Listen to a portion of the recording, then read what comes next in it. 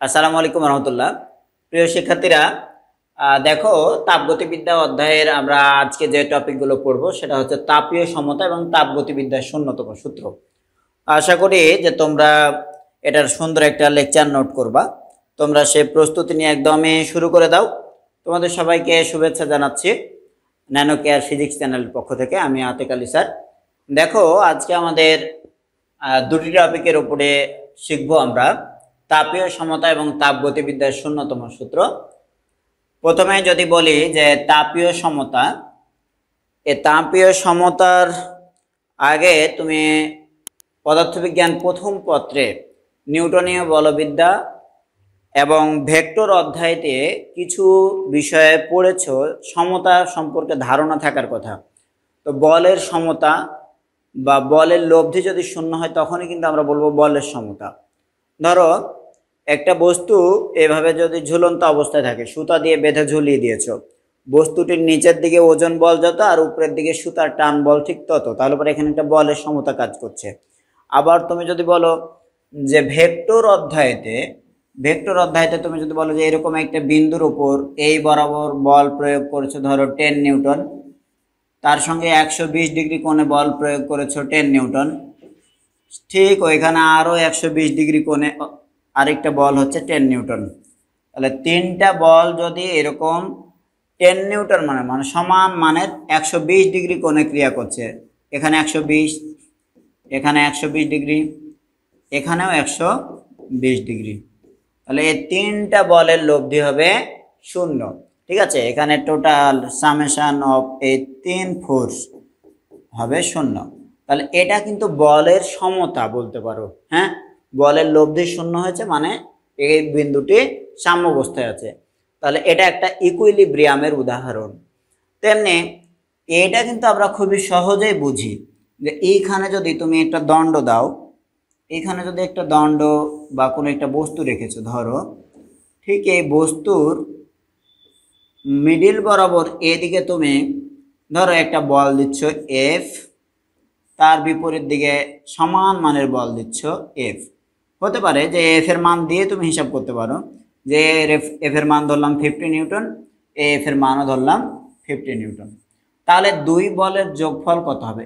তাহলে একই বিন্দু বরাবর দুই দিক থেকে সমান মানের বল দিচ্ছ, তাহলে টোটাল এফ এর যোগফলটা হবে summation of net force is equal two 0। তাহলে এই যে উদাহরণগুলো, এগুলোকে কিন্তু আমরা বলি যান্ত্রিক সমতা, মেকানিক্যাল ইকুইলিব্রিয়াম। তাহলে এটাকে আমরা বলবো যান্ত্রিক সমতা, যান্ত্রিক সমতা, মেকানিক্যাল ইকুইলিব্রিয়াম।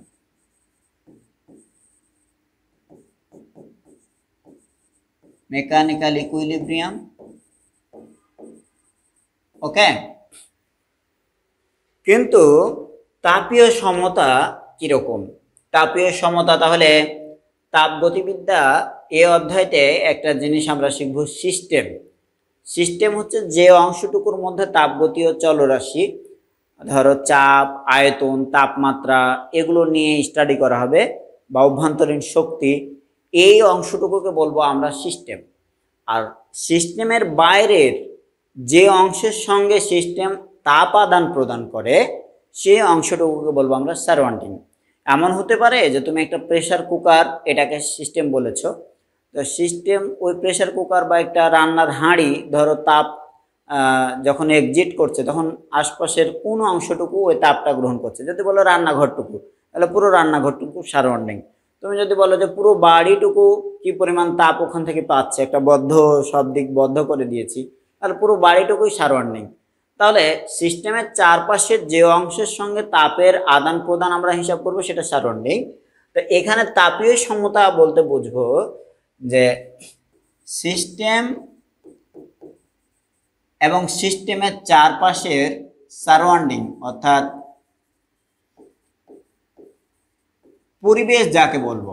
পরিবেশ বলতে এখানে এনভায়রনমেন্ট মনে করবো না, সিস্টেম আর সিস্টেমের চতুর্পাশের যে অংশটা, এদের মধ্যে যখন পি, ভি, টি এগুলো সমান অবস্থায় থাকবে তখন সেটাকে আমরা বলবো তাপীয় সমতা।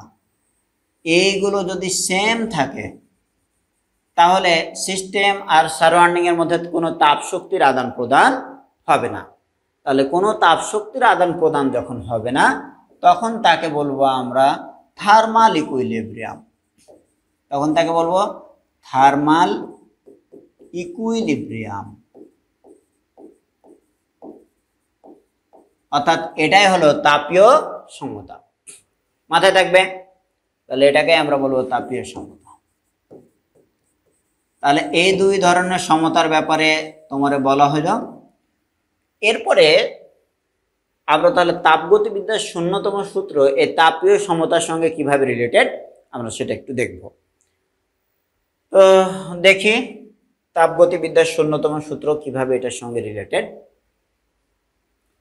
স্পেশালি তাহলে আমরা টপিকটার নাম লিখি তাপগতিবিদ্যার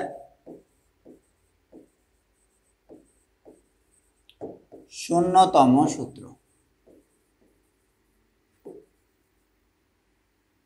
তোমাদের মেবি একবার বলেছিলাম যে এটা শূন্যতম সূত্র কেন। আসলে তাপগতিবিদ্যার প্রথম সূত্র এবং দ্বিতীয় সূত্র প্রথমে আবিষ্কার হয়েছিল। প্রথমে দুটো কনসেপ্ট প্রতিষ্ঠিত হয়েছিল। পরবর্তীতে দেখা গেল যে তাপগতিবিদ্যার আরও একটা কনসেপ্ট দাঁড় করানো হলো বা সূত্র দেয়া হলো, কিন্তু এই সূত্রটা এগুলো মানে প্রথম এবং দ্বিতীয় সূত্রের চেয়েও আরও বেসিক কনসেপ্ট, আরও মৌলিক একটা ধারণা তৈরি করেছে। তো এই মৌলিক ধারণা তখন কি করবে, এটার তৃতীয় সূত্র দিলে কেমন দেখায়, তাই এটাকে এই শূন্যতম সূত্র হিসেবে বলা হয়েছে। তো এইটা শূন্যতম সূত্র হিসেবে বলেছে আর.এইচ. ফাউলার। তাহলে সায়েন্টিস্ট আর.এইচ. ফাউলার এই নামটা দিয়েছেন, ঠিক আছে, আর.এইচ. ফাউলার। তো যাই হোক, ফাউলার বানানে কেউ কেউ ও ইউজ করতে পারো, কোনো অসুবিধা নাই। হ্যাঁ, হর্ষকার ইউজ করাতে কেমন যেন মনে হচ্ছে একটু। তাহলে আর.এইচ. ফাউলার এই তাপগতিবিদ্যার শূন্যতম সূত্রটা নামকরণ করেন। তাহলে এর নামকরণটা কে করছে? ফাউলার। এই কনসেপ্টটা কি সেটা এবার একটু বলি। কনসেপ্টটা হচ্ছে যে আমরা তাহলে আগে তিনটা তাপগতীয় সিস্টেম আঁকি। তিনটা তাপগতীয় সিস্টেম আঁকি। ধরো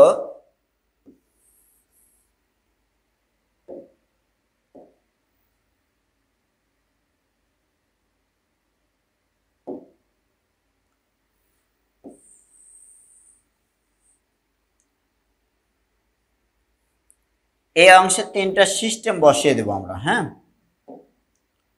সিস্টেম তিনটা। ধরো এই বরাবর একটা দিলাম, এটা একটা সিস্টেম। এইখানে ধরুন একটা তাপগতীয় সিস্টেম দিলাম, আর এইখানে ধরো একটা তাপগতীয় সিস্টেম দিলাম। ওকে, এই সিস্টেমের মধ্যে ধরো এটার নাম দিলাম এ, এই সিস্টেমের নাম দিলাম বি, আর এটা সি। আর বি এবং সি সিস্টেমকে আলাদা করে রেখেছে মাঝের এই লেয়ারটা, এটা ধরো তাপের কুপরিবাহী।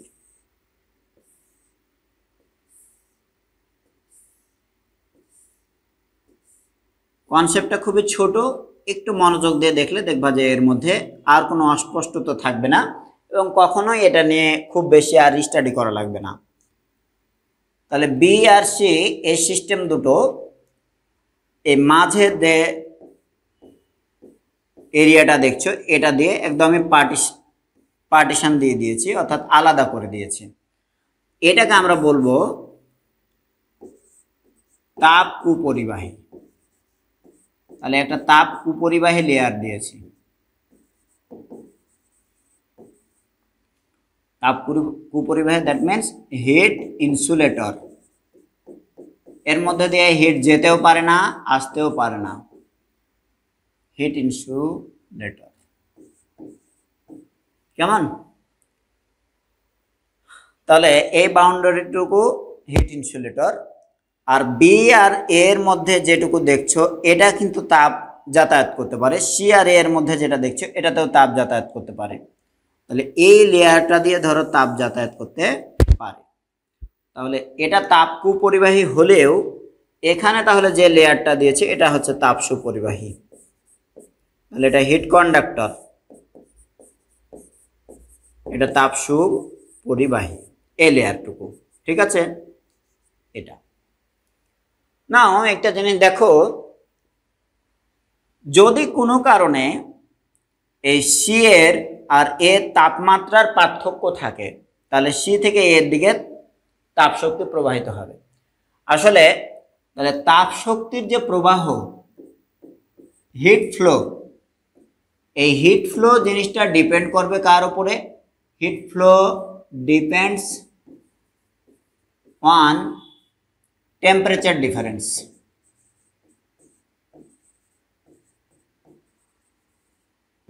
তাহলে টেম্পারেচার লেভেলের উপরে কিন্তু হিট ফ্লো নির্ভর করবে। যদি সি আর এর মধ্যে তাপমাত্রার পার্থক্য থাকে তাহলে পরে এদের মধ্যে যতক্ষণ না তাপমাত্রাটা সমান হচ্ছে ততক্ষণ তাপ শক্তিটা যাতায়াত করবে, যার উচ্চ তাপমাত্রা সেখান থেকে নিম্ন তাপমাত্রার দিকে যাবে। এবং তোমাদের এটা নিয়ে আমি সবসময়ের জন্যই এটা দেখাই, ফার্স্ট লেকচারে ওইটা আসলেই বলেছি কি না আমার মনে পড়ছে না, মাথায় রাখবা। তার একটু দেখাই দিই যে ধরো এটা সিস্টেম এ আর তার পাশেই আরেকটা সিস্টেম রেখেছে সিস্টেম বি, এটা হচ্ছে সিস্টেম বি। সিস্টেম এ আর সিস্টেম বি কে ধরে নাও একটা জায়গাতে, বদ্ধ একটা জায়গাতে আমরা আটকে দিয়েছি। সামহাউ এটার তাপমাত্রা 30 ডিগ্রি সেলসিয়াস এবং এর শক্তি ধরো 500 জুল, আর এটার তাপমাত্রা ধরে নাও 20 ডিগ্রি সেলসিয়াস। ভিতরের শক্তি কত জানা নাই, এরকমও হতে পারে, অথবা আমি ধরো জানি যে 1000 জুল। তাপ শক্তি কোনটা থেকে কোনটায় যাবে? কারো কারো মনে হতে পারে যে এটা 1000 জুল তাপ আর এটা 500 জুল তাপ। তোমার মনে হতে পারে যে বেশি তাপ শক্তি আর এটা কম তাপ শক্তি, তাহলে বেশি থেকে কমের দিকে যাবে না। তাপ শক্তির উপরে নির্ভর করে তাপ শক্তি যাতায়াত করে না, নির্ভর করে তাপমাত্রার উপরে। কোনো না কোনোভাবে এই সিস্টেমের গঠন, আয়তন, অন্য সব কিছু মিলিয়ে 500 জুল শক্তিতেই পুরো সিস্টেমের তাপমাত্রা 30 ডিগ্রি সেলসিয়াস। দ্যাট মিনস এটাই এখন ধনী। আর এটা 100 জুল তাপ শক্তি থাকলেও এটা বড় সিস্টেম, তা এটার হচ্ছে তাপমাত্রা কত? 20 ডিগ্রি সেলসিয়াস। তাহলে মনে রাখবা এখান থেকে তাপ শক্তি এখানে যাবে না, তাপমাত্রা যার বেশি সেখান থেকে তাপ শক্তিটা এই কম তাপমাত্রার দিকে আসবে। তাহলে heat flows from higher temperature to lower temperature. তাহলে মাথায় রাখবা heat flows from higher temperature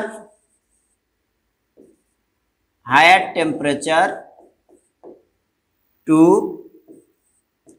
lower temperature. তাপ শক্তি কত আছে ভাই এটা দেখার বিষয় নাই, সবসময় তাপমাত্রা উচ্চ থেকে তাপমাত্রা নিম্নের দিকে তাপ শক্তি যাবে।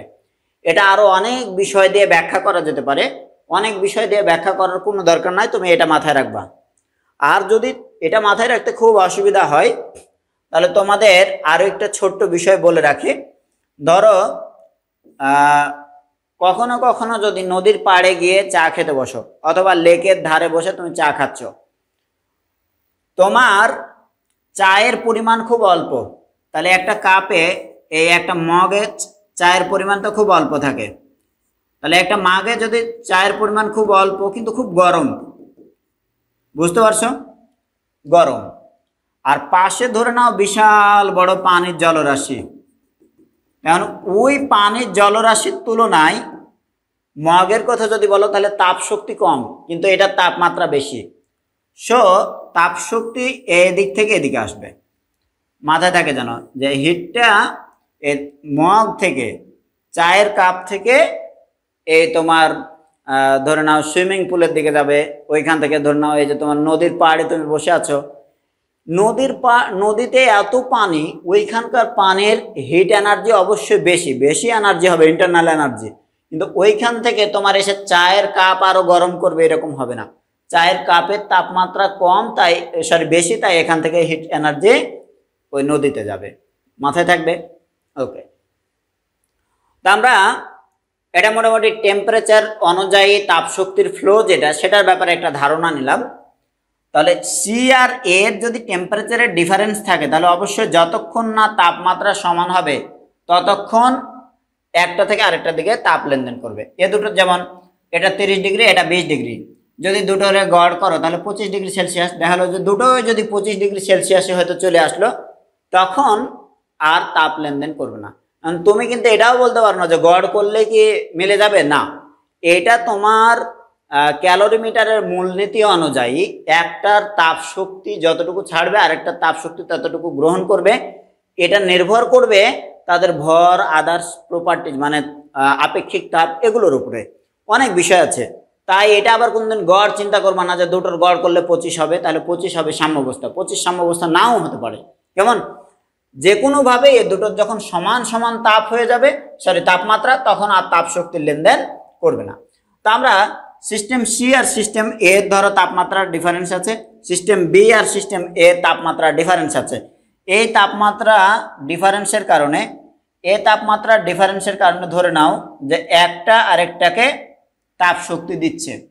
দিতে দিতে কোনোভাবে টেম্পারেচার অফ এ ধরে নাও টেম্পারেচার অফ সি এর সমান হয়ে গেল, আবার temperature of A temperature of B এর সমান হয়ে গেল। আলাদাভাবে তাহলে এ সি এর সঙ্গে তাপীয় সাম্যাবস্থায় আসলো, এ বি এর সঙ্গেও তাপীয় সাম্যাবস্থায় আসলো। তাহলে এ সি এর সঙ্গে তাপীয় সমতা, এ বি এর সঙ্গে তাপীয় সমতা লাভ করেছে। বাট বি আর সি আলাদা। বি আর সি আলাদা হইলেও এখন এ দুটো যেহেতু সমান হয়ে আছে, এ উভয়ের সাথে সমান, সো আমরা বলতে পারি temperature of A temperature of B is equal to temperature of C. তাহলে কোনো একটা জায়গায় তিনটি সিস্টেম যদি থাকে, দুটি সিস্টেম আলাদাভাবে তৃতীয় কোনো সিস্টেমের সঙ্গে যদি তাপীয় সমতায় থাকে, তাহলে প্রথমোক্ত সিস্টেম দুটি পরস্পর তাপীয় সমতায় থাকবে। এটাই হইল তাপগতিবিদ্যার শূন্যতম সূত্র। আর এই সূত্রের ভিত্তিতে থার্মোমিটার প্রতিষ্ঠিত হয়। কেন প্রতিষ্ঠিত হয় তোমরা যে কেউ জিজ্ঞেস করলে ওটা বলবো, হ্যাঁ, যে এটা কিভাবে হয়, না হয় এমনি বলে দিচ্ছি, সমস্যা নাই। তাহলে আমরা আগে সিস্টেমটা লিখি, সূত্রটা লিখি। দেখো তাহলে সূত্রটি কি? সূত্রটি হচ্ছে, যদি দুটি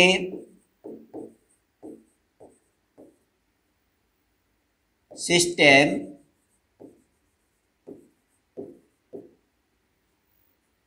আলাদা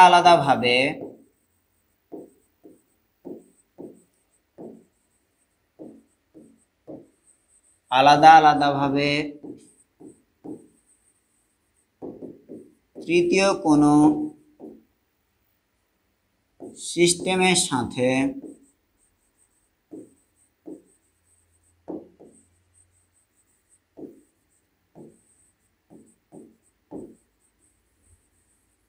তাপগতীয়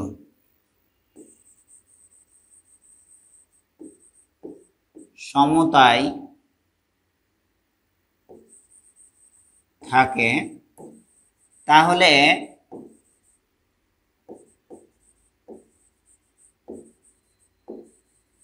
প্রথমোক্ত সিস্টেম দুটি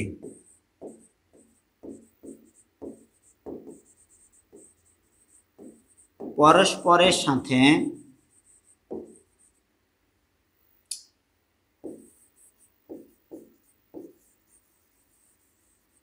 তাপগতীয় সমতায় থাকবে।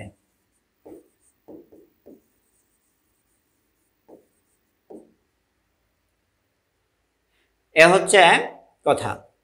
তাহলে এখানে দুটো সিস্টেম যদি বলো যে দুটি সিস্টেম বি আর সি, উভয়ে ধরে নাও তৃতীয় আরেকটা সিস্টেম এর সঙ্গে তাপগতীয় সমতায় আছে, অর্থাৎ temperature of C is equal to temperature of A আর temperature of B is equal to temperature of A. কারণ টেম্পারেচার অফ বি আর টেম্পারেচার অফ সি এ দুটো হচ্ছে সমান হবে, এটা এখানে বলা হয়েছে, আর কোনো কিছু না। তাহলে মাথায় রাখবা এ সূত্রের ভিত্তিতে থার্মোমিটার প্রতিষ্ঠিত হয়, আর থার্মোমিটার বানানো হয়।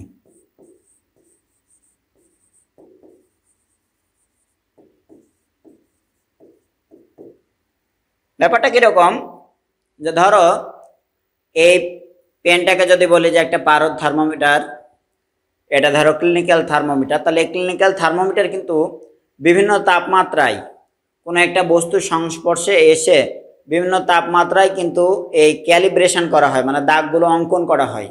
এই দাগাঙ্কন করা থাকে যে কোন তাপমাত্রায় গেলে পারদ কত উপরে উঠবে। হ্যাঁ, যে হয়তো এখানে 96, এখানে 97, 98, এই টেম্পারেচারগুলো এভাবে দাগাঙ্কন করা থাকে। তাহলে কোনো একটা বস্তুর সঙ্গে কিন্তু তাপমাত্রার সঙ্গে ব্যালেন্স করে এটাকে কিন্তু হিসাব করে নিয়ে এসছে। আর পরবর্তীতে আমাদের দেহে এটা তখন রেখে আমাদের দেহের তাপমাত্রা ঠিক ওই বরাবর যখন যাবে, তখন আমরা এবার চিন্তা করব যে আমার হ্যাঁ দেহের তাপমাত্রা এখন 98, এখন 97। তাহলে এখানে তিনটা বস্তু হইল। একটা বস্তু হচ্ছে যার সঙ্গে তুলনা করে এটা দাগাঙ্কন করা হয়েছে, আর দ্বিতীয়টা হচ্ছে এই বস্তু নিজে, আর তৃতীয় বস্তু হলাম আমাদের দেহের তাপমাত্রা যখন মাপবে তখন আমি হলাম তৃতীয় বস্তু। অর্থাৎ এই তিনটা বস্তুর মধ্যে এই তাপমাত্রার হিসাব নিকাশটা করা হয়। এজন্যই আমরা বলতে পারি যে এই সূত্রের ভিত্তিতে থার্মোমিটার তৈরি করা হয়েছে। Best of luck. এই দুটো টপিকের ব্যাপারে আজকে কথা গেল। আমরা এরপরে আরো কোনো টপিক যেগুলো থাকবে সেগুলো নিয়ে কথা বলবো।